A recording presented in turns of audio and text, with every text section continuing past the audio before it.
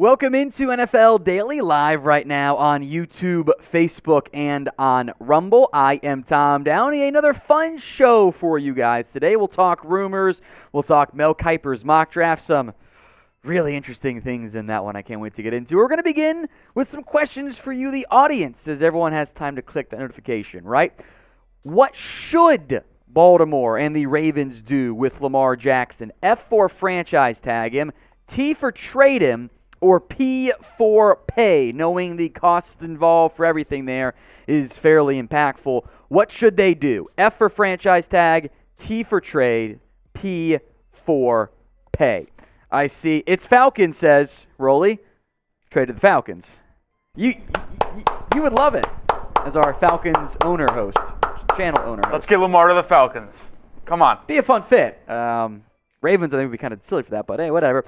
True Loris' franchise tag. Archangel, Falcons fan, says P for pay. Michael Ayers says T. Enrico, Shelley, Coach Rod, all saying P. NY Jet says franchise tag. Junior Estrada says trade. Alec G says franchise tag. So, Dustin says trade too. Keep those coming for us in the comment section. I think they should pay him. I think there might be some complications there with the Deshaun Watson contract, mess some stuff up. Thanks, Cleveland. But I also want to give a shout-out to Archangel because I see him in the chat now, and I'm always seeing him comment either first or second on every single Falcons video we put out. There you go. Shout out you, Archangel. There you go. F for franchise tag, T for trade, or P for pay. The pin poll, though, right now on Facebook and on YouTube is who wins the Super Bowl. And it's a pretty damn narrow race right now. It is now Bengals in the lead at 30%. That's going to change, I bet, by the time we finish this whole initial intro. Chiefs, 29%. Niners, 23%. Eagles, 18%. So get those votes in, A, at the pin poll and also in the comment section. KC for the Chiefs, CIN for the Bengals, SF for the Niners, PHI for the Eagles. Rolly, who are you picking? Who wins the Super Bowl this year? I think Philly does. 4 best teams are left, I would say. Yeah, I actually texted this in my friend group chat back from high school. I was like, how rare is it that we can say the consensus 4 best teams in the NFL for the majority of the season are the last 4 teams left? And think about it this way. You got the 2 best quarterbacks in the NFL, Chiefs, Mahomes, Bengals, Burrow. And I think just roster construction front office-wise, 2 best over there, Eagles, Niners. Kind of funny how that all works out. It'll be interesting to see what happens in the NFC Championship game. I think it's going to be a battle. I saw like the odds of like all 4 outcomes, and nothing is bigger than a point either way. Yeah. So again, four best teams left on that one there. It's now up to 34% Bengals, 26 Chiefs, 22% Niners, and 18% Eagles. So very curious, excited to see how that ends up rolling as things move along. So keep it votes in the comments, and of course, don't forget to vote in the pinned poll if you have not already.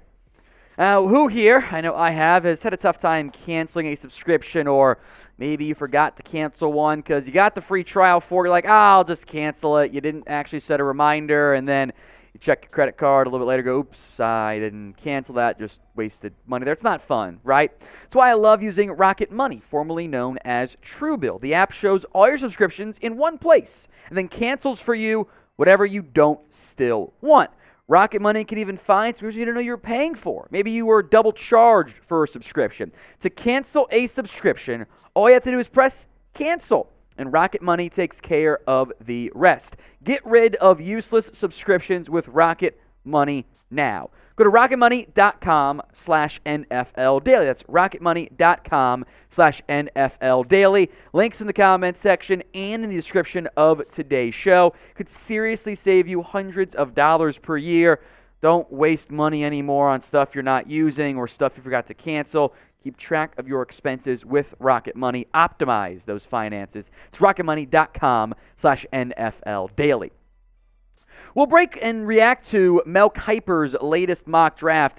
Marketed as the first one because he did like 3 in the season. Like it's not his first one, but hey, whatever. Who is your favorite NFL draft prospect? You're not necessarily best, just the guy that you love the most. Rolly, no home. I guess you can go full homer answer if you want to. Who's your guy? Listen, I do I'm not going to go full homer and go Josh Downs. No, that's exactly what I was thinking of. But I'm going to say, to be honest, I love Tyree Wilson. Okay. Top 10 pick, but I think he's going to be a stud in the NFL. Love that size traits combination. Yeah, that's understandable. Keely Ringo, Will Anderson, Jalen Carter, Brian Branch. The more I watch Brian Branch, the more I love him. He'll not done yet. I wait for a while, so I got a kid now, so I'm way behind.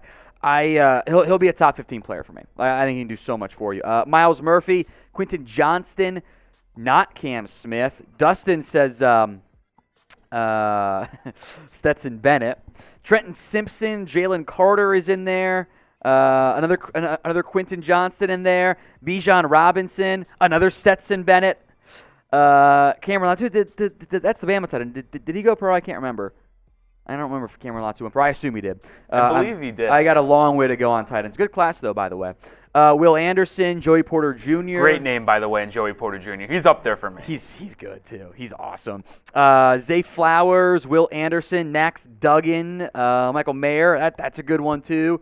Well, of course, a lot of good ones. Joey Porter Jr. or Christian Gonzalez. I don't have a favorite, but I wonder where Jalen Carter will go. Top 4 lock. Pencil it in. Not a chance he goes below that. Parker Washington. That's a fun name from Dominic. Under the radar player. He was pretty damn good this year for Penn State, despite maybe not great quarterback play. Checks out, says he would love Brian Branch on the Patriots. Rolly. Listen, he'd be a great fit. Yeah, I feel like that's a Belichick safety. He could be the Devin McCourty replacement, possibly, if he retires. I would like it. I still think they should go offensive line, though, if you're just talking Patriots. I think it's going to be either Broderick Jones. Skronsky probably won't be there, and Paris Johnson won't be there either. But I would like going Broderick Jones if he's there at 14. Jordan Addison. Richard wrote in Marvin Harrison, who, had he been eligible this year, he might have been the number 1 overall pick. I was going to say... The Bears be like, we're just not going to trade it. We're just going to take Marvin Harrison. The 2024 draft is going to be so good just for the simple fact of you've got, at least projected right now, 2 elite QBs and then Marvin Harrison sitting there in the top 3. Those would be the first 3 picks maybe. It'd be insane. Yeah. All right, keep those comments coming. We have a Super Chat menu for you guys today. Any Super Chat will give you a shout-out and feature it in the mailbag if it gets in before then. $5, we'll start drinking some beers. 20 for shots. If we get to a 50, you can have me slap producer Rolly or producer Rolly slap me with tortillas. Up to you guys. There are no more games for me, so I got to get the tortilla slaps in somehow else because it's just fun. That's our Super Chat menu on tap. Today's show will remind you guys throughout the show as well. We'll also update you on the head coaching searches from across the NFL. Will Sean Payton take a head coaching job this year? Y for yes, N for no. I've never been convinced of it, and I'm kind of at where I am right now where maybe Denver does, but I don't know if he even wants that job. You're going to hitch your wagon to Russ? I mean, you're making more than enough money to justify it, but I don't know if that's because Payton's a competitor. He wants to win right now, right? I don't want to have to potentially wait for a new QB in there if Russ isn't the answer. Greg Goodrow says yes to Denver. Richard says yes to the Cowboys. Dominic says wait a year. Jacobs yes to Denver. Gerald Clayton typing in their no's. Landon says yes to Houston. Matt says yes. Others, I skipped a whole batch of them. Greg, Christopher say yes. Gerald says no. Dustin says yes. Junior says yes. Diane says I don't know. It's fair. That's fair. Enrico says yes to Denver. If he goes anywhere, I do think in the end it ends up being the Denver Broncos. It's Falcons just wait and go to the Chargers. If that job had come open, he was taking it. I don't have any doubts about that. He's got family up there in L.A. Great city to coach in. You can ask Lincoln Riley, and he gets Herbert. It just makes so much sense for them. Chualor says no. Jacob says no. We'll stick with Fox. That's the backup option. Remember, Sean himself said 70% chance I stay. Seems about right to me. All right, name a player who you think your favorite team could trade. We will do some top trade candidates later on in today's show. I got 15 names. Some big ones on that list, by the way. So name a player think that they could trade. Dominique Schrader's got a fun trade. But remember, for the mailbag, Dominique, use hashtag NFL. Let's see. We've got Hunter Renfrow, DeAndre Hopkins, Ed Oliver, Jalen Ramsey, Brandon Cooks, Chuck Clark, Cam Jordan. I almost put Cam Jordan on there. I'd be a little bit surprised. Jeffrey Okudah, I thought, played better down, at least this year. Low bar, but hey, it worked out. Nelson Aguilar, Elijah Mitchell, Grady Jarrett, Ezekiel Elliott. No one's trading for Zeke. No one wants that contract. Cody Whitehair, Deontay Johnson, or Alex Highsmith. Another Ramsey in there. DeAndre Hopkins. Cody Whitehair would be interesting. I still like him quite a bit as a guard if they move on from him. There's a Dak in there, which is, I'd say, probably more likely than Zeke even, which is, low bar, but hey. Gabe Davis, ooh, that's a good one. Because he didn't play that well this year. That's a fun one. Dalvin Cook, we found producer Patrick's burner. A.J. Terrell, Seahawks defensive line.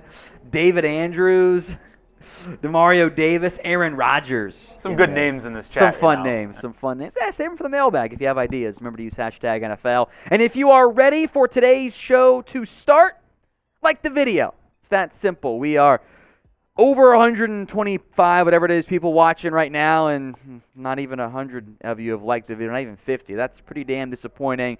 Simply put, when you like the video, it tells YouTube that you like what we're doing. Therefore, they'll show our stuff to you more and show it to other people so we can keep growing and I can feed baby Olivia. So coming up on today's live NFL show, while you guys get those likes in, the latest NFL rumors, trade candidates. We'll go 15 names on that one. Live mailbag, and we will wrap up today's show with reaction to the latest Mel Kiper mock draft, which is pretty interesting. It starts off fine, and then I'll be honest, it got off the rails a little bit. We'll break it all down here live on today's show.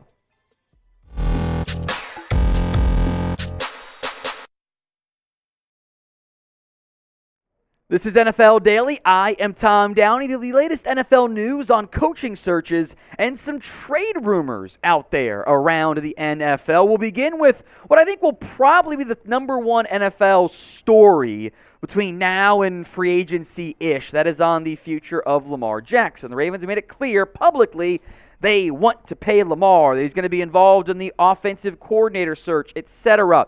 ESPN reports, others in the NFL maybe not so sure. Here's what Jeremy Fowler of ESPN wrote in his Insider article. People in the building in Owings Mills, Maryland, believe Coach John Harbaugh and General Manager Eric DeCosta are sincere when they say publicly they are all in on Lamar Jackson as a Raven in both the short term and the long term. And some executives around the league believe the same thing. But others are skeptical, foreseeing more roadblocks in contract negotiations that might never get cleared if Jackson persists in his demand for a fully guaranteed deal. Now, I think the fallback option here for the Ravens is we're just going to tag him. It's to kind of go in the Dak Prescott Cowboys route, which costs them money in the long run because the quarterback market only goes up, as we've seen time and time again. But the money is the factor. I don't think it's the average per year salary that's causing potential issues with Lamar Jackson and the Ravens. I do think they are more than willing to pay him 46 to 47, 48, 49, 50, whatever that number is on an average per year basis. The problem is the fully guaranteed money. Now, there was a report that said the total guarantees, which is the number you see on screen here, which is some examples of like stuff vests after a year and becomes guaranteed because you can't get out of the deal, so it's not guaranteed at signing, but the practical guaranteed is the number there. That's what you see here, the real guaranteed figure. Report was that the Ravens had offered Lamar under $140 million guaranteed. That's not going to get it done. I think baseline you've got to get to around Murray Wilson. And if Watson wants a fully guaranteed deal, he's got 2 years of franchise tags. And then he can get that on the open market because somebody will pay it. I mean, you can look around the NFL. Good luck finding your top 7, 8, 9, 10, 11, 12, whatever you want to rank Lamar at quarterback. Those guys are not easy to find in the NFL, even with some of the issues Lamar's had with consistency passing and lack of playmakers and playoff success, whatever. You don't find those guys. So what should the Ravens do? Should is the emphasis there. We'll talk about this here in a little bit. What should the Ravens do with Lamar Jackson? F for franchise tag, T for trade, P for pay. It's the pinned comment on today's video. So if the ad break comes on YouTube, take advantage of it. Head down there and let me know. For me, Lamar Jackson's a top 10 quarterback. And we can quibble over, like, well, is he 6? Is he 8? Is he even 11? Whatever. I think we've seen the Ravens offense without him. The defense played great and won them some games, yay. But the offense was a complete mess, and it did not fare very well at all. I don't think it's easy to replace this caliber of player. The Ravens, to an extent, lucked in. Remember, they drafted Hayden Hurst over Lamar Jackson. Now, the injuries are a valid concern. The raw numbers at times, the interceptions, touchdowns might not look the best, and the playoff success hasn't always been there. I remember the last 3-point game, whatever, but he carries the offense. I think it was right move to get rid of Greg Roman because you need a passing game. They don't have one right now. How are you going to replace him? I'm always for the hypothetical discussions of like, okay, we can go do this, right? Who are you getting to replace Lamar Jackson with? Going to bring in Derek Carr? It's not an upgrade. You're going to hope to draft a quarterback as good as Lamar? That's a dangerous game. You're going to full-on rebuild? I kind of don't think so. So my mindset is it's expensive, I know. Find a way to make it work. Make the contract work. And you know what? If Lamar ends up being a disaster 3 years from now, embrace a rebuild. Tank and go get a new QB at that point. That's a much more sensible plan than we'll figure it out because it doesn't go very well for the Ravens in the past at times. Kyle Bowler, yay. All right, today's show is made possible by Rocket Money. Kyle Bowler catching strays for no reason. So are some others out there. But if you're wasting money on subscriptions, talking about you guys, 80% of people have subscriptions they forgot about. Maybe it's an unused Amazon Prime account or a Hulu account that never gets streamed. There's this great app that I use that helps me track all of my expenses. And because of it, I no longer waste money on subscriptions that I don't even use. You might have heard of it. It's called Rocket Money, formerly known as Truebill. The app shows all your subscriptions in one place and then can cancel for you whatever you don't still want. It can find stuff you didn't know you were paying for. Maybe you were double charged for a subscription. To cancel a subscription, all you have to do is press cancel, and Rocket Money will take care of the rest. Get rid of useless subscriptions with Rocket Money right now. Go to rocketmoney.com/NFL daily. It could save you hundreds of dollars per year, folks. Optimize your finances. rocketmoney.com/NFL daily. Links in the comments section and in the description of today's show. Now, in that same ESPN Insider piece, they explored a Jalen Ramsey trade. ESPN, it could happen. I'll make a general note here, by the way. Yes, they're in the NFL. NFL executives often have bad ideas. They are far smarter than the average person for the NFL, sure, but they have bad ideas too. So always keep that in the back of your mind.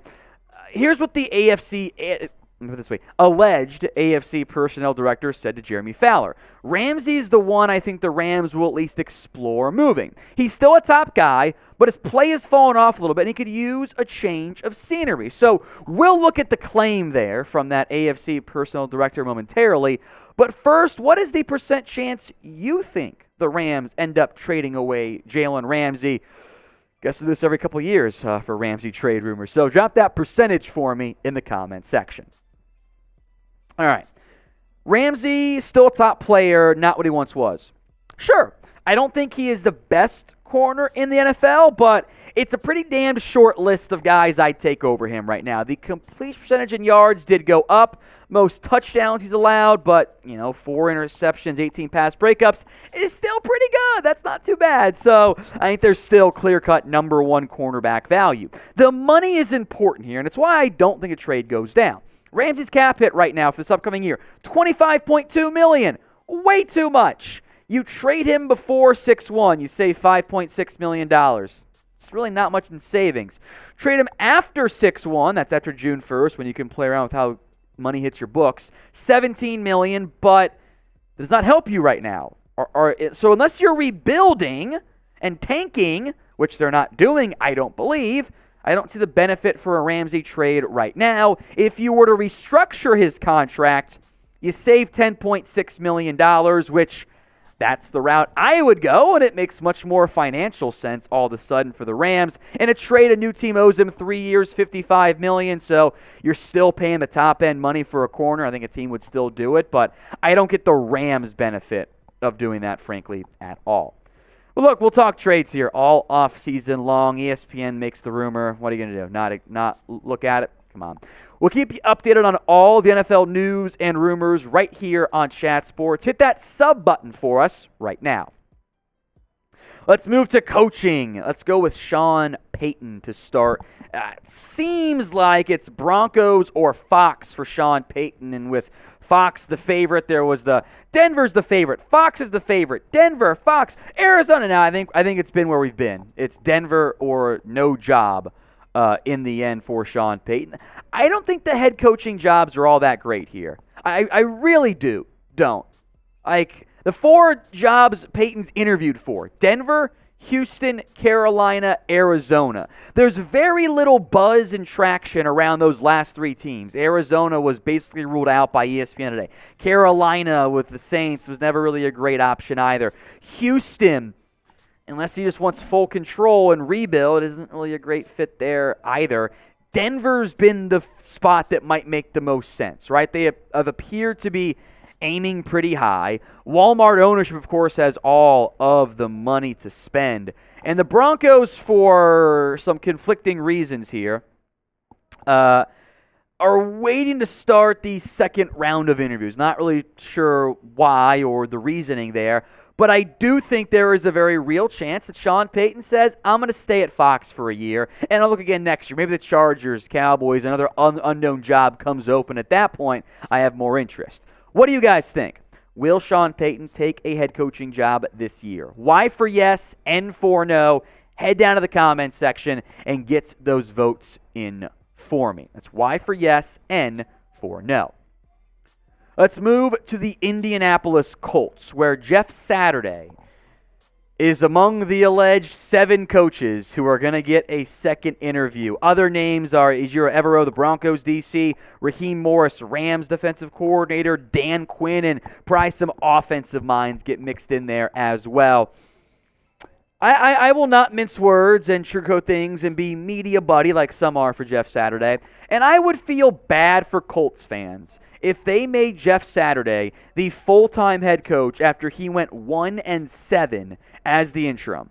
With that said, this would be hilarious. I mean, can you imagine such an unqualified person getting an NFL head coaching job? I feel bad for Colts fans, but this would be funny. This is the comedy factor that's so undervalued. Look at these numbers, right? Point differentials over the course of the season. The Colts overall dead last, -138.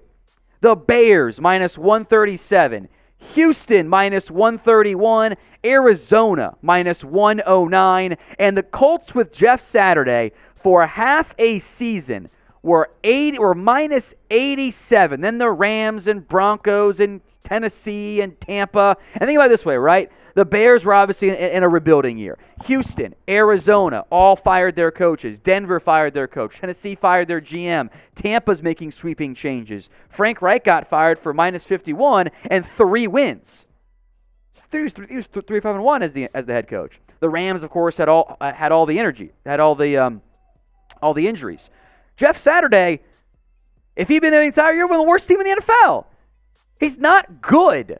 Like, there's nothing Jeff said. It's like, that's a great point, Like, he got blown out a bunch. And then he came in and preached accountability. Said, I'm going to do this. And then threw everybody else under the bus as in his season wrap-up press conference. Jeff Saturday has no business being an NFL head coach. Come be my own line coach any day. But you're bypassing a bunch of more qualified, competent, and deserving coaches, all because Jim Irsay wants his buddy and his old friend in there and someone he thinks can bring back the glory days. It'd be a disaster, but damn. And they'd win a few games. Sure, it's how the NFL works, but, oh, man, it'd be hilarious. So I hope for Colts fans, it's not how it turns out. Let's talk playoffs now. Who you got in the NFC Championship game? SF for the 49ers, PHI for the Philadelphia Eagles. The spin poll Super Bowl-wise, it's 19%. Wow, Bengals runaway right now. I'm shocked by that. I don't know if people actually think the Bengals are going to win. That's who they want to win. As much as that's the people's choice. That is people's choice because everyone loves Burrow. Everyone loves Chase. Yeah. I'm a victim myself. And they've never had real success in the playoffs, like Super Bowl wise. They've never had a chance to win one. Well, won one. I mean, 49ers have been there at the end of the past couple of years, not be able to get it done. Eagles won 6 years ago now. Chiefs have been always there. Yeah, no, it's fair. I get it. It's an even split right now, by the way, with who you got. SF for the Niners, PHI for the Eagles. And some 4s for the Niners, too, and E for the Eagles. That's all the same. I think even split makes sense. I took several bets this playoff stretch. I had Cowboys over Tampa. I had Cowboys over Niners. That one didn't work out so well. I think you were there. I took Bills money line live money line 3 times against the Dolphins. I had Bengals over the Chiefs. I felt good about over the Bills. I felt good about all of those. I have no idea what's going to happen in this game. Either of these games, I have no idea. I think these are going to be awesome games down to the wire. Field goal wins it one way or the other. The only reason why I lean Eagles is they're so evenly matched in the trenches. They're both evenly matched in the secondary, offensive talent, the quarterbacks. I give it obviously a slight edge to Jalen Hurts in Philadelphia. Yeah.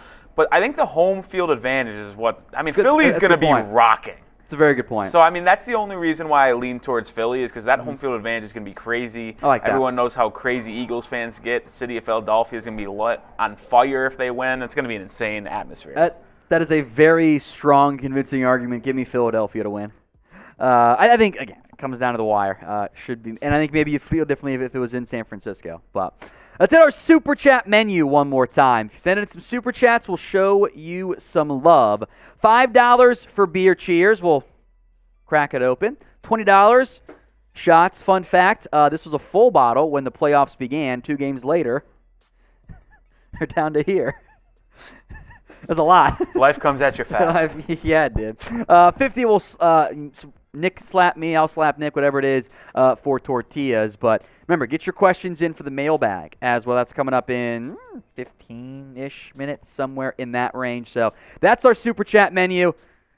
MVPs for the leader. We'll see who that ends up being, if anyone ends up doing it. So get them in right now for me in the comments section, your supers. We will hit them after this upcoming portion of today's live show.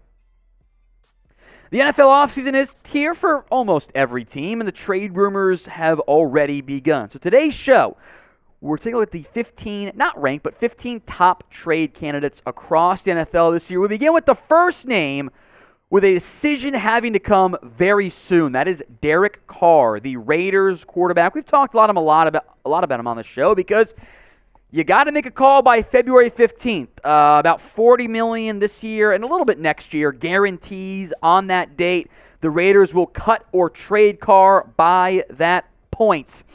Derek Carr wasn't as good this year. Raiders benched him for the final couple games because they did not want him to get hurt and run the risk of an injury and not being able to trade him because it was guaranteed for injury.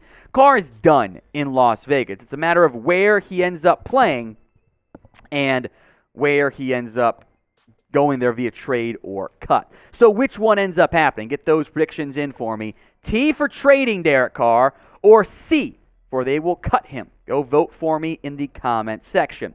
Another big-name quarterback we've talked about here on the show is Aaron Rodgers because much like the Sean Payton rumors and the John Gruden rumors and the Sean McVay, it's a yearly cycle, depending on which year it ends up being. Aaron Rodgers' trade destinations are back. I think he sticks around in Green Bay, but if not, yesterday we broke down the top Rodgers trade destinations. It looks just like that. If you were subscribed with noties turned on, you would have got an alert to your phone with the thumbnail of that video. You could have watched it already. So if you haven't already, subscribe for free videos all season, off-season, free agency, draft, everything else in between, preseason, whatever, right here on Chat Sports, youtube.com/@chatsports. Laramie Tunsil, this one might be a bit of a surprise, but I think there is some explanation for it. Houston's kind of been weird with their rebuild of signing all these veterans. Laramie Tunsil is due a lot of money this year, and it's kind of either extension or don't. The Texans actually save $18.5 million with a trade. There's 1 year left on his deal. New team owes him that amount of money. It's a bigger name. It's a swing for the fences trade, but no one cares if the fifth-string offensive tackle gets. We care about the bigger names. So I will put Tunsil on this list. And Mekhi Becton. There were reports last year of the Jets being upset with Mekhi Becton, not being in shape, whatever it was. Accurate or not, that was the case. And then he got hurt again. I do think you will see plenty of Mekhi Becton trade whispers leading up to, maybe even past, the NFL draft, although it's fair to wonder how much value there is given the injury history. Not many running backs, I think, get moved anymore because, well, it's a positional value thing. Antonio Gibson could very well be on the move. They brought back J.D. McKissick.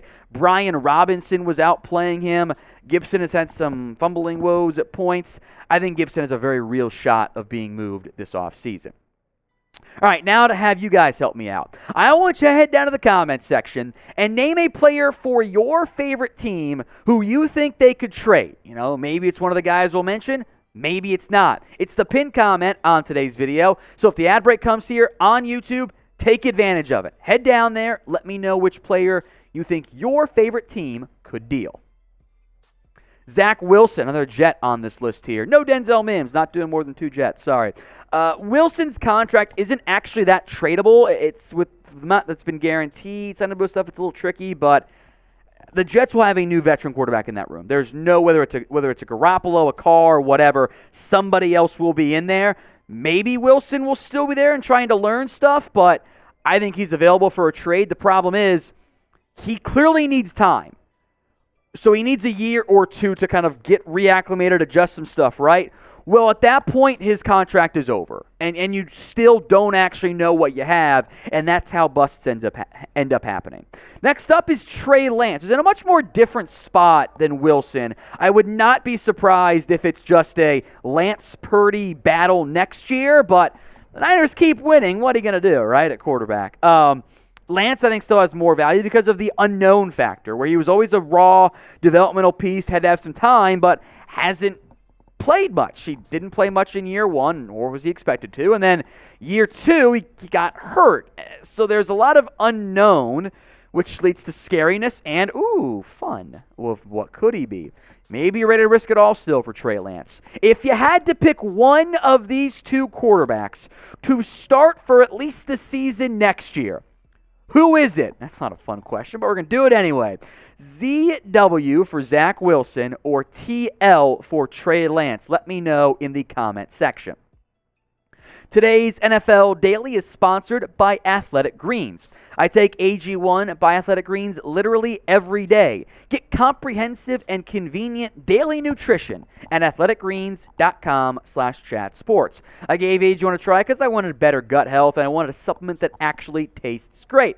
I take AG1 in the morning and it makes me feel ready to take on my day. Once I got baby Olivia set up with her breakfast, I make my own AG1. I don't feel the need for caffeine in the morning anymore, and I feel energized throughout the entire day. Plus, AG1 empowers the gut for whole body health. Covering my nutritional bases for the day literally couldn't be any easier now. That's why I trust Athletic Greens. I just mix 1 small scoop of AG1 with water and drink it first thing each morning. Done. Costs less than $3 per day, and it's a pretty darn good deal if you ask me. It's a really effective daily habit with the highest quality sourced ingredients. Win-win. If a comprehensive solution is what you need from your supplement routine, then Athletic Greens is giving you a free 1-year supply of vitamin D and 5 free travel packs with your first purchase. Go to athleticgreens.com/chatsports. That's athleticgreens.com/chatsports. Check it out, folks. The link is in the comments and it's in the description of today's video. Absolutely worth it. I am trying to take care of my body a little bit more, especially with what we do during watch parties and whatnot. And AG1 helped me out in a big way. athleticgreens.com/chatsports. Next trade candidate. Ooh, this is a fun one. And when we think, the next 2 I think have a very good chance of being on new teams. DeAndre Hopkins, the Cardinals wide receiver. Everyone knows what Hopkins can do. He's not the best 2-year stretch right now. The age and the contract are potential issues. He likely wants a new deal. I don't think it's going to be a first-round pick for him, but hey, not a great receiver class. Maybe a team gets aggressive, but seems like Arizona's going to have a little bit of a mini rebuild. And in that scenario, a player like Hopkins makes a lot of sense. I also think we'll see Brandon Cooks on a new team. Again, Houston, who is still searching for more receiver help. They shopped Cooks at the deadline. They did not find a trade partner. He was fairly unhappy. The production went down this year. I think you can certainly blame some of the quarterback woes he's had in recent years, especially this past year, on that situation. But Brandon Cooks might get cut, might get traded. Plenty of teams will be in the market. Darren Waller is next up here. He and Hunter Renfrow linked by ESPN as potential trade candidates from the Raiders, as the Raiders, what they do with Josh McDaniels, blows up the roster in his own image. They kind of gave themselves an out in this deal. They could save almost $11.5 million with a trade, even after the extension. A lot of it is not guaranteed right now. The new team has him for 4 years, almost $52 million. It's not that bad. I would just keep Darren Waller because he's good at football, but that's a path you could see that the Raiders pursue based on the ESPN report. Keep an eye on it. All right, Leonard Floyd, the Rams edge. This was also mentioned by ESPN as, they could shop him. He's got some contract stuff, right? Well, look, we'll break down the contract here. It's tricky. The new team would have him for 2 years, $31 million, but the Rams saved $3 million with a trade. That's it right now, $15.5 after June 1st. So unless they're rebuilding or shop him, after the draft, it just doesn't make enough sense short term. But ESPN mentions it. Normally it means there's some type of buzz around it. Jalen Ramsey, as you've also discussed here in the past in the show, he's still Jalen Ramsey to an extent. Again, much like Floyd, the contract isn't the most easily or sensible traded, but still coming off a good enough year. Not quite like peak Ramsey, but I didn't love the way Raheem Morris used him, but that's just my opinion there in the end. Big cap hit this year, $25.2 million.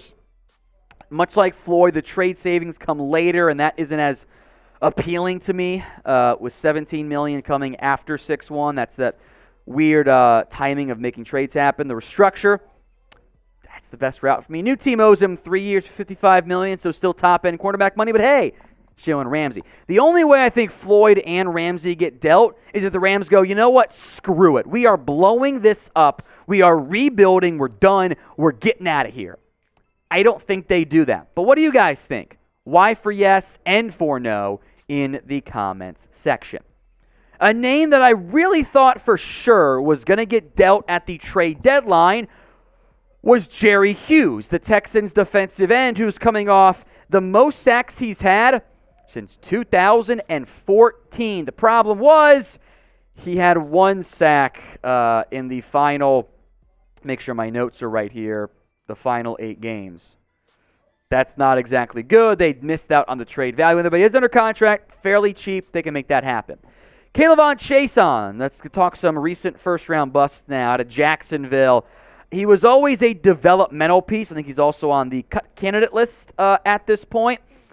I thought there was a lot of upside there for Chason coming out of LSU, but he had 1 sack this year, only played 9 games. He's got 3 career. You can have him for the low, low price of literally whatever you would offer us. Caleb Farley, meanwhile, unfortunately, has been unable to stay healthy in Tennessee. He's battled injuries pretty much every single year of his career. He missed his final year at Virginia Tech because he opted out, and he hasn't played football much. He's almost the defensive version of Trey Lance right now. He's got a lot of upside, a lot of talent, but if he can't stay healthy, can't play, who knows how good he actually is.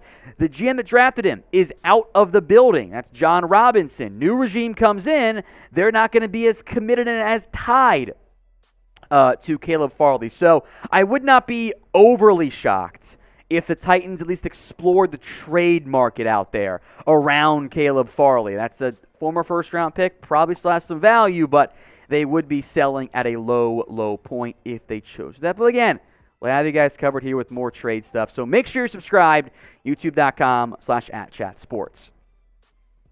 Some supers coming in. I get to drink. Yay. That's probably bad out of context, isn't it? Whatever. Jacob Raleigh.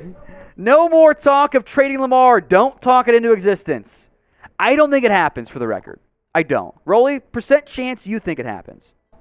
Say 0 for Jacob. I give it 20. I think it's like 5. I don't even think it's that high. I'm also optimistic because I want to see chaos with inside the NFL. Okay, now that I get that one. All right, Kyle Donovan, $10. I'll get that too. Beer cheers here. Much love to your Cowboys and this Jags fan. Thank you, Kyle. We both lost due to self-inflicted wounds. Your boys will bounce back. Duval. When was the last time Jacksonville felt this excited about their future? They probably felt this way in 2017, and then I think they feel more excited. Oh, I think it's tough though. That's they were their one last game tie. away from being in the Super Bowl. They were, but the quarterback is very different. That is true. That is true. I think even then we knew that. So cheers, Kyle. From Doom, and again, we'll hit all three of these briefly again in the mailbag too. Could Seattle trade for middle linebacker Devin White? Need a solid middle linebacker now that Brooks is not going to be available for the start of the season. Let me double check. I'm pretty sure Devin White is due for a new contract. Or did they pay him already? I don't think they paid him yet. Let me just double check that. Pretty sure he's not been paid yet. Yes, he has not been paid yet. Are you ready for my hot take on Devin White, Rolly? Let's hear it. Preface by saying he's good. He's overrated. Oh, I feel like that has been a very popular take coming up, at least on Twitter. Maybe this is just the people I follow, but people are always saying on my timeline that this dude is just got so much hype from 2 and 3 years ago. They still think he's a young linebacker, but he's not that good anymore. Like, he's super fast. Like, he can blitz. He's a fairly decent tackler.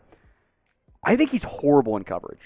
Like, I think he has to be going downhill.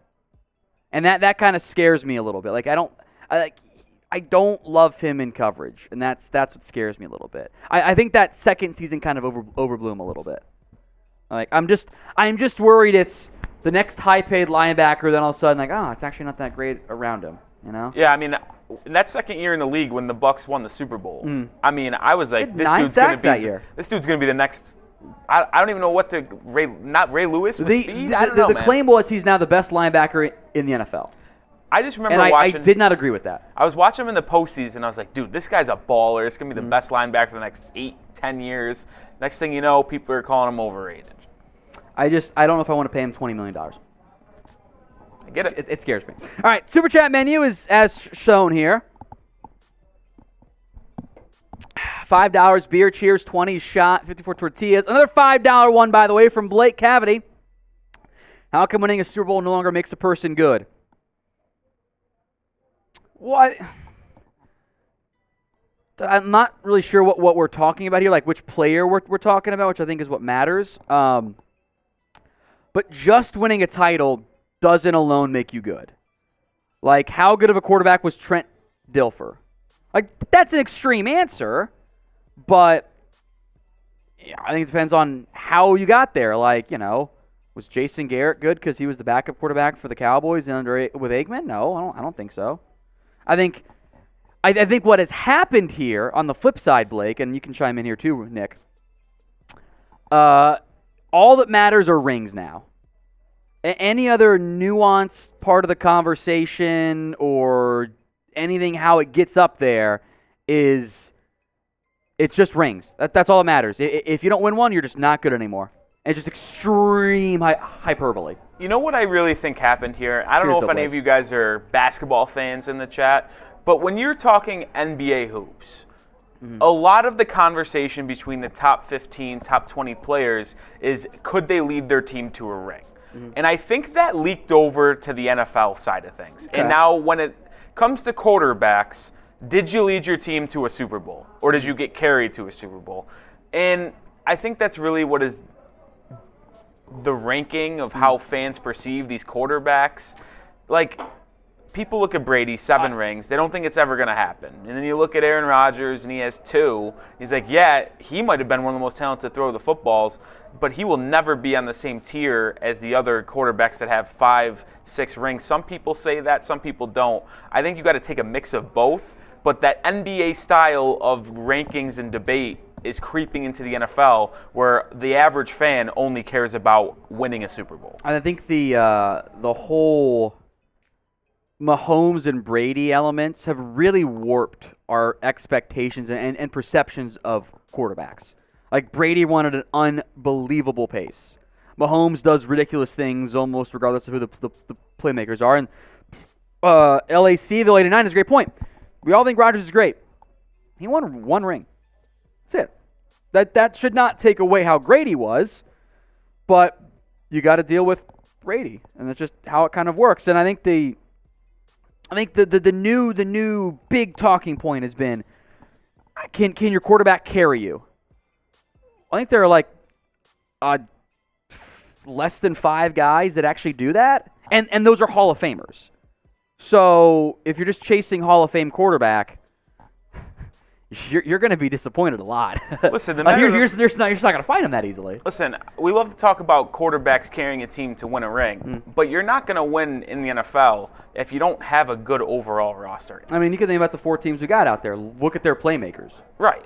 It's unbelievable. They're loaded because they're smart organizations. That's a big reason why they're here. Speaking of that, who you got in the AFC Championship game? C for the Chiefs, B for the Bengals. Bengals is still leading the who you got in the Super Bowl vote by 42%. That's pretty impressive there. Chris B, by the way, I see your super chat. Hit that in the mailbag coming up here in a moment. That's coming up in a little bit. A lot of B's in there. I would like, I think I told you earlier. As you guys, some of you know, I'm actually from Cincinnati originally. At least that's where I grew up. I wasn't born there, but it's where I grew up. So my whole family are Bengals fans. So big weekend in the Downey household. Hey, last year's I'm like, oh man, imagine a Bengals Cowboys Super Bowl. How freaking awesome would that be? Because we used to go to all those games, me and my dad, and sometimes things worked out well, sometimes they didn't for one of us there. But I've told this story before. I think at this point my mom knows about it. Remember when Carson Palmer got his knee blown out against the Steelers? That team was so good. That was their year for the Bengals. Like they hadn't been back to that level in like 20 years or whatever it was since the Niners Bengals era with Walsh and everything. And they hit that bomb to Chris Henry, and then Kimo Van Oelhoffen goes low and late on Palmer and blows up his knee, and then they changed the rules because it was a dirty hit. My dad didn't sleep for 2 days afterward because he was so in shambles over it that he was like that was our year. My question to you, and maybe I'm missing a quarterback. I know Boomer Esiason, but who's the best quarterback of all time for the Bengals? Do you want like talent or? I think the answer, as weird as this is, I'm taking Burrow right now. Cool. My question is career though is Ken Anderson. Okay. Ken Anderson had a very successful and long NFL career, and did he win an MVP? I was just trying to see in my dumb little mind, double-check that. Thinking numbers matter in sports. I was like, are the 2 best quarterbacks ever for the Bengals both wear number 9? Statistically, I'll just go like passing yards. It's Ken Anderson, Dalton, Boomer Esiason. Anderson played way more games than those guys. I'm pretty sure Ken Anderson won an MVP. Let me just double check that. Yes, he did win an MVP. This is one of my favorite things to do because it's just like how much the game has changed as your questions come in. #NFL Super Chat. Ken Anderson won MVP in 1981. He completed 62.6% of his passes, 3,754 yards, 29 touchdowns, 10 interceptions, led the NFL in touchdown percentage and interception percentage, 7.8 yards per attempt. I love which is like okay in today's I love NFL. that won an MVP because if you did that in this current season, you're Ryan Tannehill. You're just like not that good. It's just how much the game has changed, right? Like it's just, and I'm pretty sure that was the year. I think Bill Walsh was his offensive coordinator that year. Let me double check that. I might be getting off on my years there. Oh, I forgot who the head coach was as I pull it up. Give you 1,000 guesses. You'll never get it. I'm not going to even try. Last time we played this game, no, I would never wrong. thought of the answer. I was wrong. It's not the OC didn't actually exist as I look at it here. But there were some coaching names on there you might remember. Remember Dick LeBeau? He was the DB's coach. The head coach was Forrest Gregg. Yeah. who was the Packers Hall of Fame offensive lineman. I think he's a Hall of Famer. Yeah, he's a Hall of Famer. Like, it was just wild. All right, we're way off track here. Get your questions in, hashtag NFL or Super Chat like Chris and Blake and Doom and Kyle and Jacob all have so far on today's show. Get those questions in right now in the comments using hashtag NFL. You're watching NFL Daily. I am Tom Downey. It is a mailbag. We answer all of your questions live. It's on our Wednesday show leading into the AFC-NFC Championship game. Some super chats from Jacob. No more talk of trading Lamar. Don't speak it into existence. Jacob, I totally understand where you're coming from there, my friend. He's a Ravens fan, if you can't tell. Kyle Donovan, much love to your Cowboys from this Jags fan. We both lost due to our self-inflicted wounds. Your boys will be back. Duval, I don't know how many U's or L's are actually in that one. I can't count that high. But I think Jags fans, for good reason, by the way, feeling better than they have in a very, very long time. From Doom, a Seahawks fan, as might be able to guess. Could Seattle trade for Devin White? They need a solid middle linebacker, and the Brooks is not going to be available at the start of the season. I think Devin White, he's due for a new contract. You want to trade and pay him. I'm not sure teams want to, since I think some of the highlight reel plays are negated by just not having the best feel and not great coverage stuff that I have concerns about. But he's a good player. Don't get me wrong. I'm not trying to be mean to Devin White. Maybe just draft someone or sign a veteran to help tide you over till Brooks is back. But I do think linebacker is a big area of need for Seattle. From Blake, how come winning Super Bowl no longer makes a person good? It should never just be if you do the one thing, therefore you're good or bad. I don't think that's actually fair for anyone involved in the NFL. Now, Trent Dilfer wasn't good just because he won a Super Bowl. Like, he wasn't an elite Hall of Fame player, right? I'm sure it makes you not bad. Dan Marino wasn't bad because he never won a title. Those are older examples. There are plenty of current ones in there to include as part of that conversation. But I would rather, when we have discussions about how good players are, instead of taking the entire sample size, that's what I would do. I would prefer to avoid dwindling it down to, well, these 3, 4, 5, 6 games are all that matters. I don't think that's a fair representation of how good a player is, because winning's hard in the NFL. Don't let Brady and Mahomes fool you that much. From Star Cooper Rush, Cowboys should trade Dak for Derek Carr. If you want to get worse at quarterback and be paying about the same, sure. I don't really understand why that's an idea. Apparently, I know people are mad about Dak. He's still, to an extent, paying for the sins of the Tony Romo era, the godforsaken Quincy Carter, Hutchinson, Drew Bledsoe, Vinny Testaverde era that everyone seems to forget about because, they can't quite get over the NFC divisional round hump. And we all just forgot how great he played against a good defense in the Bucs. But, yeah, I get it. People are upset. It's fine, whatever. But he's still good.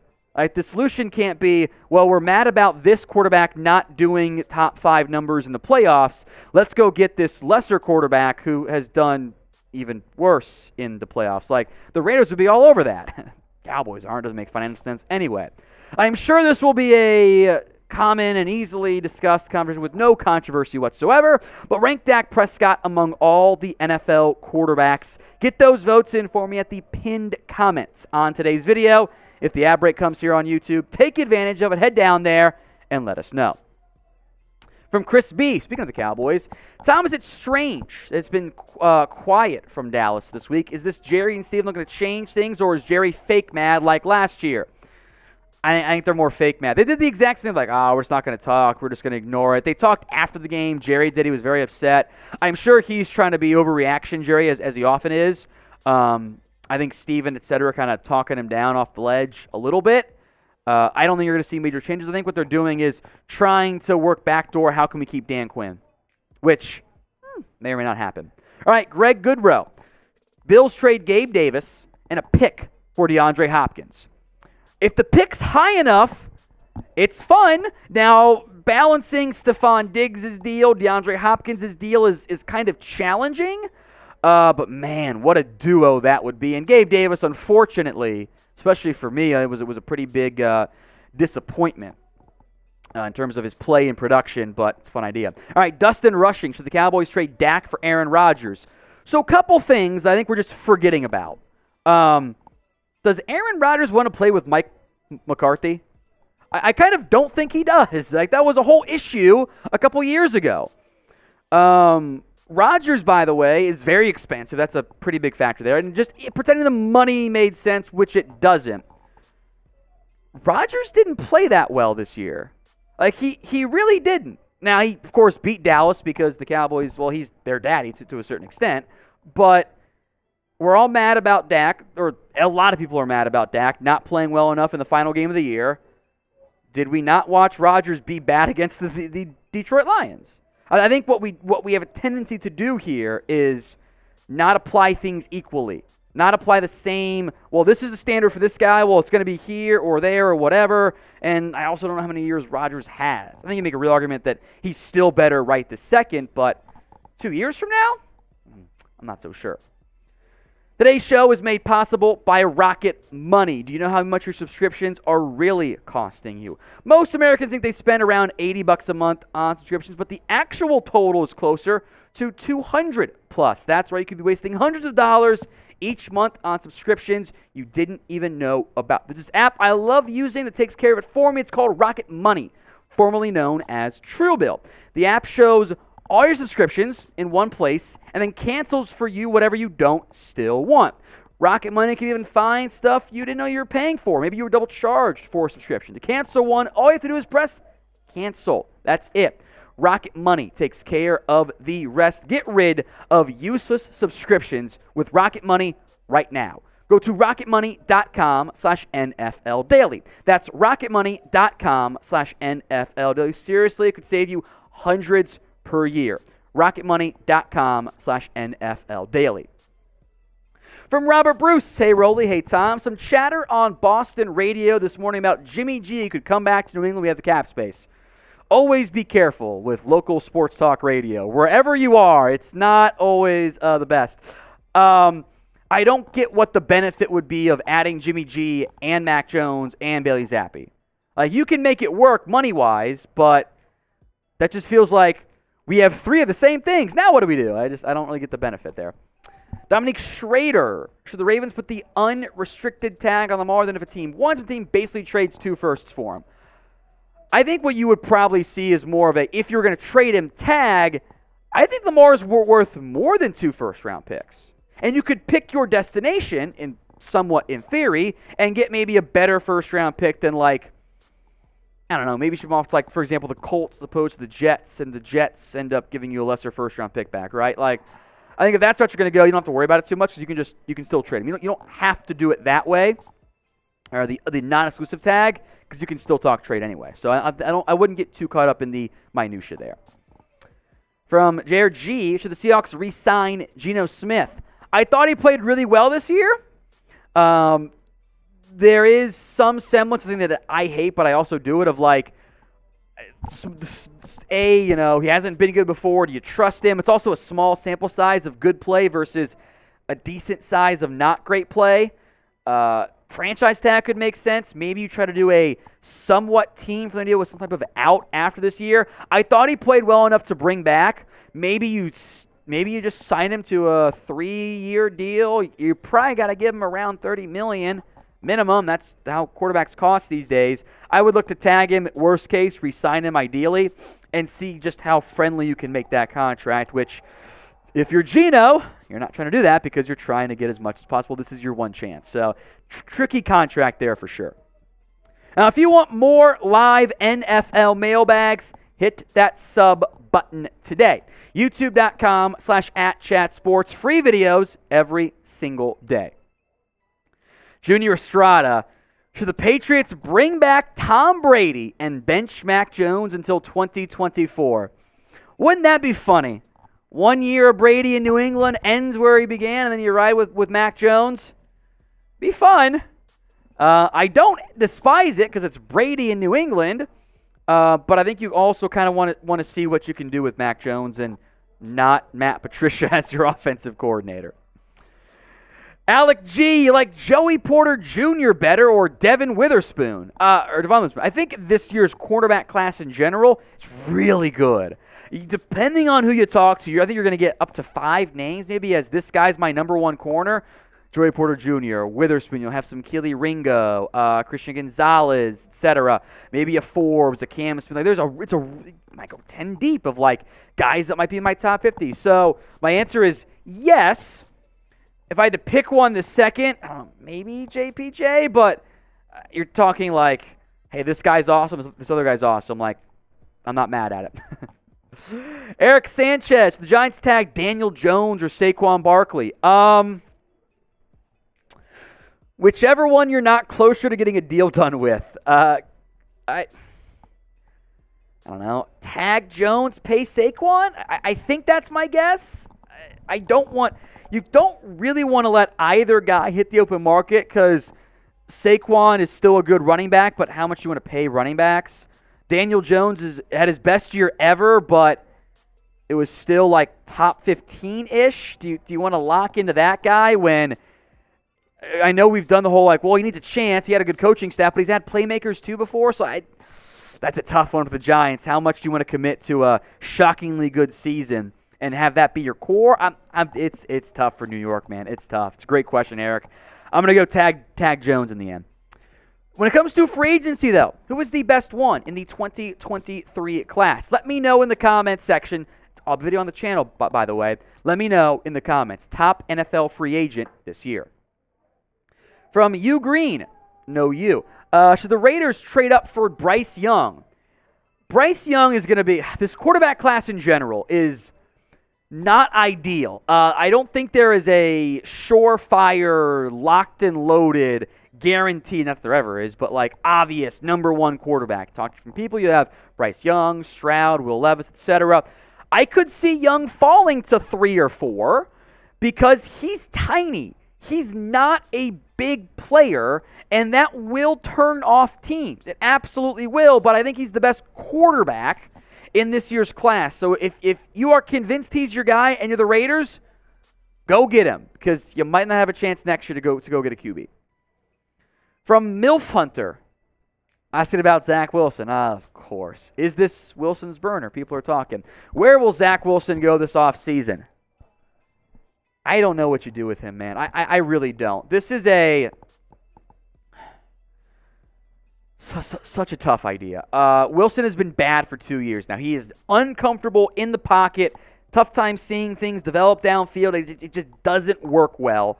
So you want to give him time, but wherever he goes with time, now you don't have a decision made at that point. You want to try to find a spot that isn't in a rush. It has a solid veteran quarterback you could learn behind, but how much of an asset do you want to get up there? Are you looking more in the later rounds? Like, are you pursuing a situation like, does Minnesota try it? Does Seattle want to give him 2 years to learn behind Geno Smith because Geno's a little bit older? I don't have a great fit.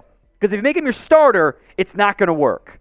And if you make him your backup to learn, well, you're not going to know anything about him beyond practice stuff because he's not going to be playing. So it's tough. That is a tough decision. So Denver take a gamble on him and sit him behind Russ? Just in case Russ is bad? Your guess is as good as mine. It's a great question. So, our question for you now. Is Zach Wilson simply a bust? Y for yes, N for no in the comment section. Go vote for me right now. Chris B., hypothetically, if you could draft Caleb Williams next year, would you? Dak's a good QB, but I think Caleb can be a great top 5. If you're sitting there naturally, let me put it to you this way. If you have the number 1 overall pick, you should probably take Caleb Williams almost regardless of your situation. Unless it's like some bonkers, the Bengals lost Joe Burrow to injury, but he'll be back, he's fine, don't worry about it, then yeah, maybe you don't take Caleb. Or even, I think Drake may give me that conversation. So I think specifically for Dallas, the issue you run into is you're probably going to be too good enough to be in that range. It was just like, I remember can you get Burrow conversations? Like, yeah, it'd be awesome, but like you weren't in range to get him, so it didn't matter. That's a really great quarterback prospect from what we've seen so far, but good luck getting up there because you've got actually bad teams like the Commanders who might be in position to get him somehow. For Brokov, like the idea of Carolina hiring Phil Longo as head coach and tanking for May. No, because Phil Longo I think Phil Longo's wildly overrated. That's my take. He has a fine enough college offense that doesn't actually require good routes being run by his receivers because the play call is go get open. Literally, it's what he's called. It's called free route. It's horrible. Like, it doesn't make any sense. So, no. Now, if you want to tank for a Drake May or Kale Williams, sure. That's a different conversation, though. Jacob Raleigh, what team that missed the playoffs has nothing to be ashamed of? The one that really jumps out, isn't it the Detroit Lions? Like, isn't that the one like, oh, man, they were close. They ended the year on a high note. We're feeling great about them long term. Beyond that, yeah. Is it only the Detroit Lions? Isn't it just them? Maybe the Bears, because, like, we're feeling good about them long term. I'm going to go Lions, though, for sure. That's it for our mailbag. Once again, folks, remember to be subscribed. YouTube.com/@chatsports. Free videos every single day right here. One last call for our super chat menu. I got half-ish a beer left. Now less than half. Any super chat is a shout-out. $5, beer cheers. No shots today. My liver probably says thank you. $50, though, tortilla slaps. By the way, we are one like away from 100. So get that like in there. Ready for mock draft talk, Rolly? Love mock draft talk. I do too. It's the best. I love mock draft. This one. There is nothing more sad but fun at the same time when it's week 15, week 16 in the NFL, and your team is just cooked. You know you're not making the playoffs. It's like on that Monday morning following week 16, type in that little Google search, most recent NFL mock draft. It's fun to look at. It is. It's fun because I always said this. If you're like the Jets, for example. Like, the NFL offseason is sometimes better than the actual season because everybody has hope.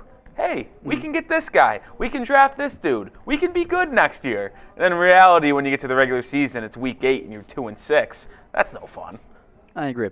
All right, let's get set up then for our mock draft. We're not doing mine today. Taking a break on it. Oh, well, Super Show, we'll get to that first. But doing Mel Kiper's mock draft. And a couple of our people in the office were like, wanted to watch my reaction to it. And you'll see why in the video. Deontay Griffin, shout out to you guys. Love what y'all do. I'm in Dallas as well. Uptown here. Keep up the great work. Thanks, Dante.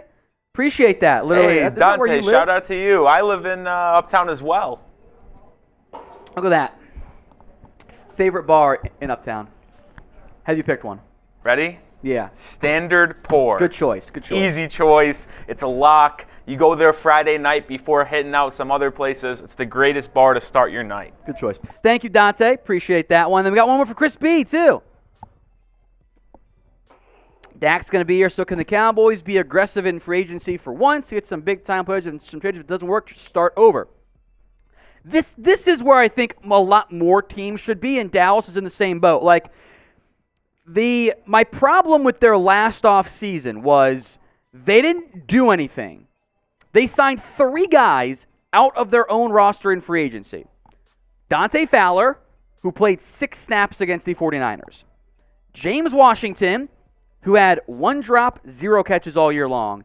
And Ryan Nall, who no one remembers who that is because he didn't even get to camp because he got hurt. They didn't do anything. They got worse on offense, and we're all like, hey, Dak's good, but he's not going to carry you by himself to a title. That he's not Mahomes. Then that doesn't happen, and it's surprise Pikachu face, Dak sucks.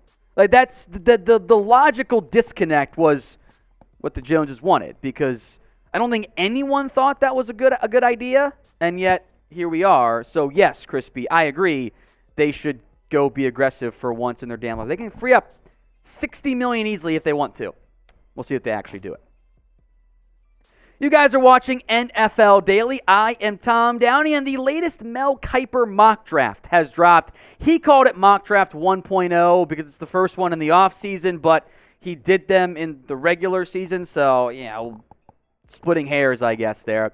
The office here at Chat Sports wanted to see my reaction to it. Well, you'll see why at around starting pick number 10. But at number 1, Jalen Carter out of Georgia. I don't have many complaints here, so we'll kind of gloss over the obvious picks because, You don't need me to tell you Jalen Carter's good and the Bears need defensive help. Like, we've done that a lot because we do a mock draft here every single week. Whether it's our own or we react to someone like Mel Kiper, Todd McShay, Daniel Jeremiah, whatever, we've got you covered. When things change, we'll make them fresh and new each time because that's the whole point of a mock draft. Explore scenarios. Hit that sub button so you guys make sure you don't miss out. Number 2, C.J. Stroud. I think depending on who you talk to across the NFL, you're going to have different teams have different quarterback ones. I think Stroud helped himself significantly against the Georgia Bulldogs. He has a much more prototypical frame at quarterback. Only evidence we have of a quarterback pick for Nick Caserio was Davis Mills. Stroud fits that mold better than very tiny Bryce Young does. So then Will Anderson, kind of an obvious number 3 here. They get the number 1 or number 2 best defensive player. Boom, that just makes sense.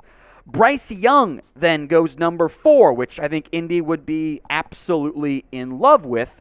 He goes number 4, and Will Levis goes number 5. Now, I'll make note again, Young is tiny. That scares some teams off. Mel's got Levis as the number 1 quarterback, and I just don't get it. He's got the size. He's got the traits, but he wasn't good this year.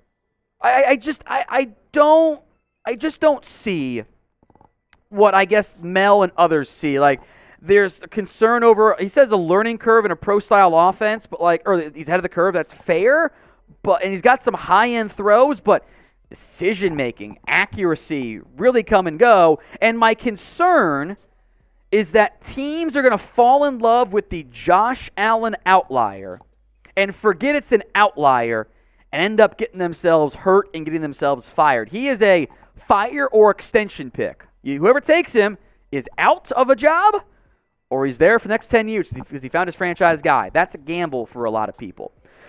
Because Mel's a plugged-in insider and that's how he gets a lot of his rankings and stuff, make no mistake, and that's not a bad thing, by the way, he might go number 1. I wouldn't rule that out, even though I would not do it. Who will be number 1, the number 1 overall pick in the 2023 NFL Draft?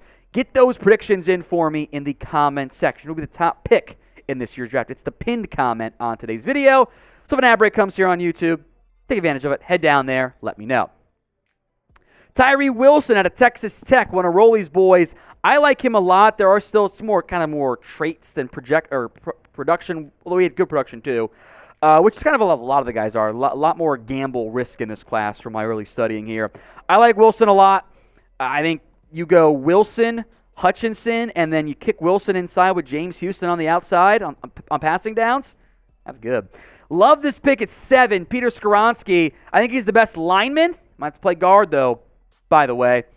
Plug one in and build for whoever your quarterback is alongside him. Myles Murphy, no real complaints here either. I've mocked that myself before. Pairing with Arnold Ebiketie, much better fit up front.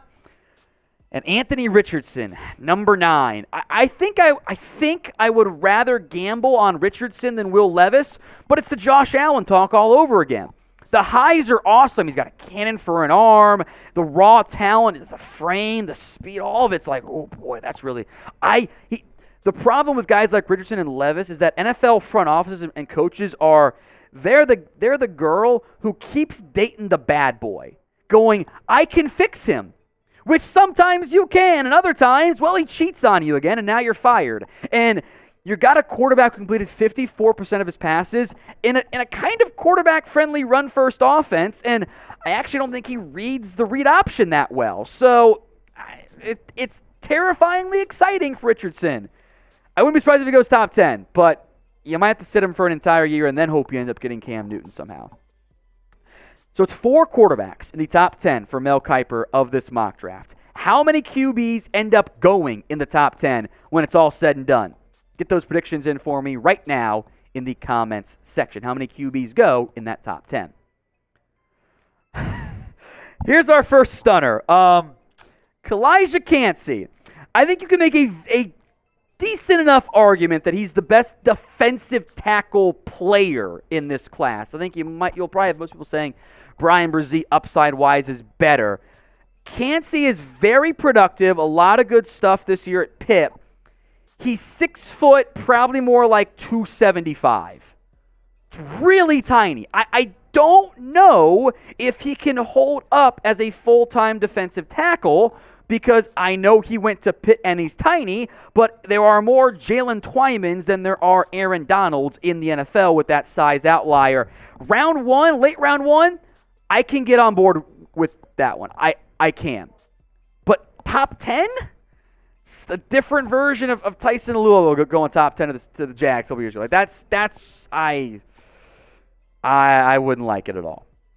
Now, today's NFL draft coverage is sponsored by Athletic Greens. And what I do like is Athletic Greens. I take AG1 by Athletic Greens literally every day. Get comprehensive and convenient daily nutrition at athleticgreens.com/chatsports. I gave AG1 a try because I wanted better gut health and supplement that actually tasted great. I take AG1 in the morning. It makes me feel ready to take on my day. Once I've got baby Olivia set up with her breakfast, which is, she loves bananas these days, I make my own AG1. I don't feel the need for caffeine in the morning anymore, and I feel energized throughout the day. Plus, AG1 empowers the gut for whole body health. Covering my nutritional bases couldn't be easier, which is why I trust Athletic Greens. I mix 1 small scoop of AG1 with water and drink it first thing in the morning. Done just like that. Or apple juice if I'm feeling frisky. Apple juice helps it as well. I like the taste there. It also costs less than $3 a day. Pretty good if you ask me. It's a really effective daily habit with the highest quality sourced ingredients. It's a win-win. If a comprehensive solution is what you need from your supplement routine, then Athletic Greens is giving you a free 1-year supply of vitamin D and 5 free travel packs with your first purchase. Go to athleticgreens.com/chatsports. That's athleticgreens.com/chatsports. Check it out. The link's in the comments and the description of today's show. Help your gut health out, help support immunity, and boost some energy with Athletic Greens. athleticgreens.com/chatsports. Kancey pick didn't make sense to me. Paris Johnson pick absolutely does, however. Titans need offensive line help. Johnson might be the first one off the board. Lucas Van Ness wasn't a starter at Iowa, but I actually like him as a prospect. I'm not sure I like him top 15 as a prospect, but round 1 I'm fine with. He can play some inside, outside. It's a little early, but it's not that bad. Jackson Smith-Njigba is pick number 13 here. And look, you can argue receiver can go top 15. That's fine. Why does this make sense for the Jets? They have Garrett Wilson. They have Elijah Moore, who finally got to play, and they have a lone quarterback, which was a big reason why. They have Braxton Berrios. They have Denzel Mims. They have Corey Davis. They don't need another receiver. That doesn't make any sense to spend another top 50 pick on a receiver or a big contract. I just don't get the fit at all. Devin Witherspoon is cornerback number 1 here. He's been in our mock drafts for a while. I would not be surprised if there's like 5 different cornerback ones, depending on who you talk to. I like Witherspoon a lot. He's a little tiny. He's not the biggest guy. There are some concerns about the speed from that standpoint. And by the way, to be clear on Devin Witherspoon, just so I'm not confusing people, when I say tiny, I'm not talking about like the size. He's about 180, which is pretty slender for a corner. That's what I mean when I talk about size. Michael Mayer to the Packers here. Hey, I like him a lot. Fills a need. Cool, good job, Mel. Broderick Jones, also another strong pick here at number 16 to the Commanders. They need O-line help in a big way. How can you not, if the cornerback class falls the right way, you got to put Joey Porter Jr. with his dad's old team. That just makes sense. That's just perfect. Christian Gonzalez, again, Porter Jr., Witherspoon, Gonzalez, maybe some Ringos out there. They're going to be viewed as cornerback 1 for a lot of different teams. I mean, if you get Wilson and Gonzalez for Detroit, that's a pretty damn good haul. Who is your favorite NFL draft prospect this year? Is it a quarterback? Is it a guy from your school? Drop the player name for me in the comment section. All right, this is where the run got weird. Keon White, who I'll make note that Mel Kiper labeled a defensive end. He's talking about putting him as a 3-4 edge, or 3-4 defensive end, and Keon White 6'4", 283, so I guess that's fine. I don't think he's a first-round prospect. You don't have to listen to me, by the way. I'll mention some others who have done their draft stuff. Dane Brewer, I think, is the best guy in the business. Top 10 edge. Number 10 edge. Not 19 overall. PFF had him 54 on their big board. Mel likes him, and he had a nice year for Georgia Tech. I think he's more of a top 50 guy than a top 20 guy. No pick made less sense to me than this one. Byron Young, the edge from Tennessee. And the argument is that the Seattle Seahawks love toolsy prospects. Now, Byron Young had 7 sacks this year. He is not ranked by Dane Brugler right now. He's 91 on PFF's big board. He's 25 on draft night. I genuinely do not understand this. He's a top 100 guy for me, not a top 20 player. I really don't understand this at all. Like this, honestly, I am unconvinced that Mel meant the other Byron Young. There are 2 Byron Youngs in this class, the edge from Alabama and the defensive tackle from Alabama, who I think is better. This, I don't want to be too mean to Mel. He's the godfather, etc. This does not make any sense to me. I do not understand how we're putting Byron Young number 20. It blows my mind. Number 21, as we continue the weird pick stretch here. Tuli Tuipulotu out of USC, who I actually do think played pretty well and is a decent fit in their 3-4 scheme as a 3-4 defensive end. But again, I think we're talking more of a top 50, top 45 player than a top 21. PFF had him at 61. Dane had him at 14 in his edge rusher rankings. I have a tough time. That 3-person stretch was like, maybe I'll be wrong come draft night. Mel talks a lot of good inside people in the NFL. Maybe I'll be wrong, but that's not what I've seen early on. Now we're back on track. Quentin Johnston out of TCU, the Ravens wide receiver, to the Ravens as a wide receiver. I like that one. Makes a lot of sense for me. I actually don't mind Emmanuel Forbes coming in here at number 23. I think I'd rather gamble on Keely Ringo's upside, but Forbes has a lot of good traits to be a late round 1, early round 2 prospect. Frankly, so does Deontay Banks, number 24 pick here out of Maryland. I think also kind of fits that upside cornerback mold. As late round 1 guy, but I'd probably take Cam Smith maybe, but I think both those players fit the range. Love this pick, 25 Jordan Addison. Let's ride. I think he's better than JSN. I crave the speed. It's a great pick by the Giants. Always tough to find a Bijan Robinson fit. Well, there you go. Number 26 to the Cowboys. I have no complaints at all about that one. Positional value, I know, but it's late round 1. He's going to go in the first round. It's a decent fit there. Number 27 is Derek Hall out of Auburn. Again, I don't think edge is maybe it's not their biggest need, but Gregory Rousseau, Boogie Basham have been kind of quiet. I think it's early for Derek Hall. We're talking about a guy who was 67th on PFF's board. Dane's got him at 13th. So again, I don't want to give you just my opinion. I think there's some good people out there like, I don't know, where's Nolan Smith? Where's B.J. Ojolari? Just my opinion. Dalton Kincaid, tight end. I'm a big Darnell Washington guy, but I get the Kincaid love too. I think we're in the very late round 1 stage where it's probably going to be a second round grade, so I'm not too mad about that one. Isaiah Foskey is going to be a very, I'll say, slightly divisive prospect. Great production at Notre Dame, but I think there's some concern about the traits. Keep an eye on the combine for him. The Eagles got a better player at 30 than they did it at 10. It's Brian Branch, who I love. Positional value will drive him down. I think he's going to be a star in the NFL. I think he's going to be a top 15 player for me pretty easily. And then Zay Flowers, number 31. I think Zay Flowers and some of the other receivers kind of fit that. If you want late round 1, sure. Brings you some speed. I know Mel loves him, and he's not alone there.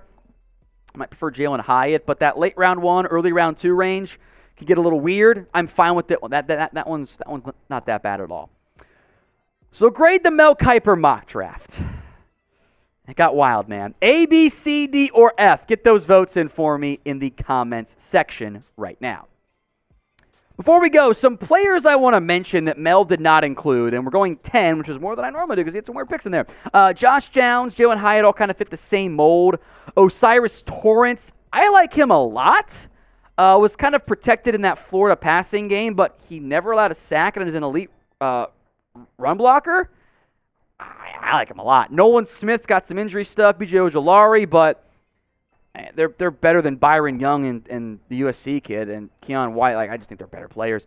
Bit surprised Brian Brzee there. Now, I'll make note that Daniel Jeremiah had Brzee at like 30. I think the hype for him has always been overblown. The upside still first-round player, but I do think he's way more traits than provenness, and that kind of scares me. Drew Sanders, there were no linebackers, so that's fine, but I like Sanders over Trenton Simpson. 2 corners, I'll make note of Cam Smith, Keely Ringo. A lot of sudden dropping of Ringo. The traits are there, but production has always been a little bit up and down from that standpoint. If you have any NFL draft thoughts, please feel free to hit me up on Twitter at WhatGoingDowney. My DMs are always open. All right, back to the pinned poll on YouTube here. The Bengals, 42%, Rolly. 42% for the Bengals, 21 for the Niners, 19 for the Eagles, 18 for the Chiefs. The people have spoken. I'm going to put this on community, and I'm very curious, on like the community tab. I'm very curious if that changes at all. That's not what I would have predicted. It's really not. It almost might have been reversed. Chiefs, Eagles, Niners, Bengals. Which I wonder if that's the odds, by the way. I'm just going to pull that up right now. It is pretty absurd looking to see how high the Bengals are compared to everyone else. I think you're right. There's some, I want the Bengals. They're front picking them. I'll say, which I get. I think a lot of people are wary of the Mahomes injury. That's fair. If you think the Bengals are going to beat the Chiefs because of the Mahomes injury, I get it. Because the Eagles and 49ers are pretty much the same percentage. So I think that's the thinking there. Bengals have a better chance to get to the Super Bowl. So that's why I'll pick them to win the Super Bowl, because I think they're the most likely team to be there. So your odds are in order. They're all pretty jam-packed. Plus 235 for the favorite, plus 300 for the last team. Eagles, Bengals, Chiefs, Niners. Which is basically the same as like their favorites, so I get that part. That's really interesting. That's very interesting there. All right, get those votes in. Last call. No, we're fine. KC for the Chiefs, CIN for the Bengals, PHI for the Eagles, SF for the 49ers. It'd be fun if it were the Bengals year. Would be very, very fun if that were the Bengals year there. So a D? I'm not sure who the D is. Oh, D was for the graded mock draft. Duh, there. If you guys have not already, please subscribe to us here on Chat Sports. News, rumors, mock drafts, you name it, on a super chat coming in at the end. Hey, 2 supers. If the supers come in, we'll stay alive. We'll stay alive. Chris B and Mark just threw in 5. We'll answer them, do some beer cheers here. Chris B, Tom, losing Dan Quinn sucks and kind of scares me. Because who Mike McCarthy first hired Mike Nolan to be the DC. Hopefully they hire someone good. In the event you lose Dan Quinn, I would probably look at Joe Witt promotion first. But I do think the Cowboys' defense coordinator job would be very attractive. Be very attractive. He's got Micah Parsons out there and Trayvon Diggs and other nice pieces. So, yeah, I'd be inclined to agree on that one there. All right, from Mark, my guy, $5. Cowboys need a wide receiver, defensive tackle, and guard to pick the best available outside of these, given how we've been sucking in round 1 or round 2 and 3. Try to get another first. I'll put it to you this way. If you could trade, and I'll cherry pick here because I'm mean, you could trade Kelvin Joseph and Neville Gallimore for a first-round pick. Who says no? You're not wrong. So I don't hate that idea at all. I think it's a quality decision to consider. I would also hope that they spend in free agency to at least fill some of those potential needs that they have at this point. That'd be pretty nice there. All right, another super chat as I'll drink some beers here. Cheers. Jacob Raleigh, ideal Ravens offensive coordinator candidate. I'll try to focus on. Let me pull up the list of like all their guys, and I'll try to pick someone on that list. Be a very big gamble. Actually, you know who it is? I know who it is. It's Brian Johnson, the Eagles quarterbacks coach. I've been very impressed with him over his time. He's a first-time play caller, but you can still maintain some of those Eagles ground game mobile quarterback elements. That would not be a brand new thing for him. Still let Lamar use his legs and mix in some better passing game concepts. I think that'd be a good idea. Beyond that, I think Frank Reich would be perfect. Not sure he's going to be available. I think you could look at the Niners passing game coordinator, Bobby Slowick, who is like the next Shanahan disciple, which those tend to work. I wouldn't mind Zach Robinson either. He's very young. He's the Rams. It's the McVay tree, but I'd look for the trees, and I think I'd hire Brian Johnson. I think he's going to be a good coach, good OC. I'm gambling, but that's how I go. Mark again, $5. Cheers. If Jerry Jones and Stephen Jones were smart, he'd get a true stud free agent receiver or free agent receiver, DT, or I think you mean or offensive guard, and then use our first 2 picks to finish getting what we need, a stud DT, receiver, or guard. I agree. I think I'd throw in cornerback in that conversation, but go be aggressive.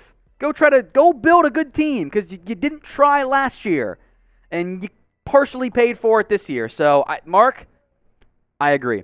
All right, that is it for us on today's show. I'll finish off the beer. It's a fun way to go about living.